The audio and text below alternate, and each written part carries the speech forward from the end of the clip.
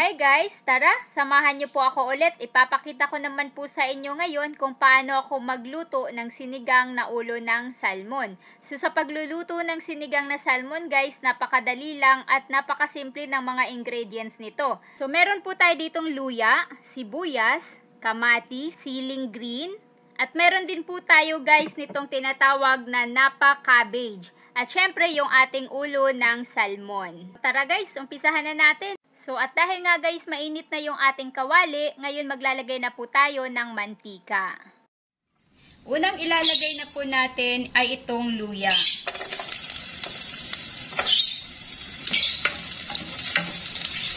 So, dahil brown na po yung ating luya, ilagay na natin yung sibuyas at kamatis.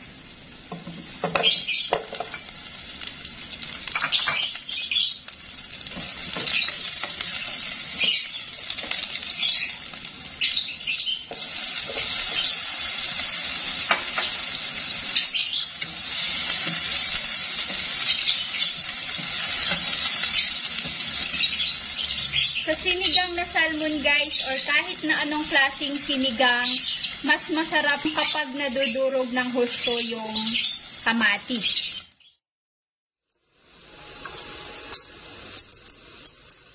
Dahil nadurog na natin yung kamatis, ay lalagyan na natin ng patis. Konti-konti lang muna para, sabi ko nga sa inyo, mas madaling magdagdag kaysa magbawas or kaysa sumobra. Ayan. Kapag nalagyan naman natin na po ng patis, ang isusunod naman natin na ilagay ay yung mga seasoning katulad ng paminta at magic sarap.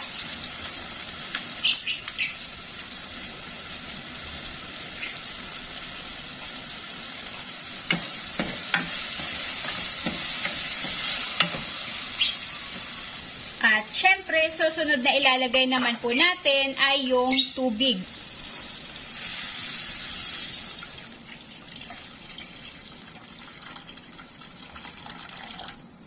So, pag kami nagsigang ng salmon guys, or nung kahit na anong sinigang, tansyado lang po yung sabaw na nilalagay namin. So, kunyari kung 2 tao lang po yung kakain, so magtatansya lang po akong maglagay ng 2 bowl ng sabaw.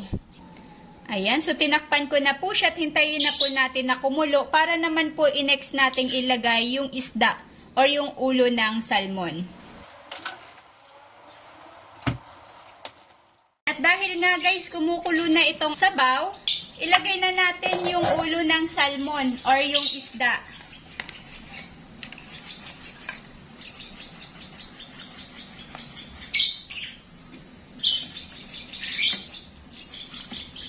Ilagay naman na po natin tong ating siling green.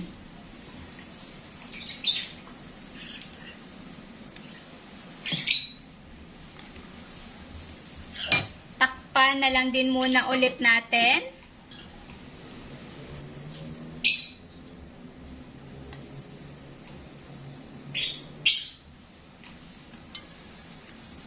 Ayan. So, kumukulo na siya guys. Ngayon, lalagyan na natin ng sinigang mix. Ayan. So, konti-konti lang tayo maglagay, guys.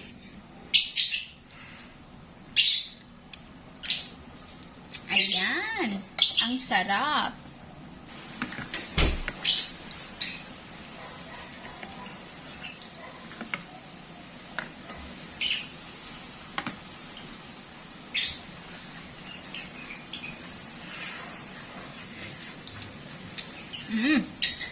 Yummy.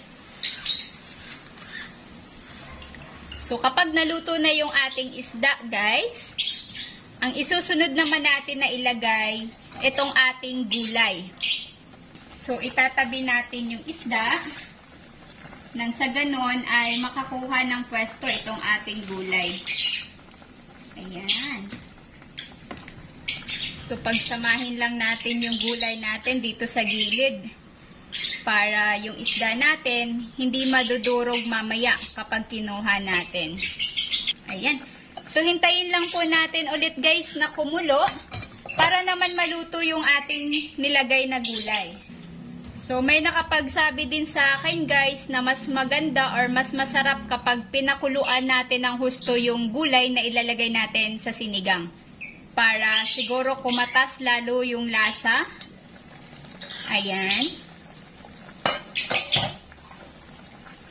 At titikman natin ulit. Ayun, ang sarap. Ang sarap-sarap niya guys. So, ganun lang po kadali magluto guys ng sinigang na salmon. So, ayun. Patay na natin at kakain na tayo.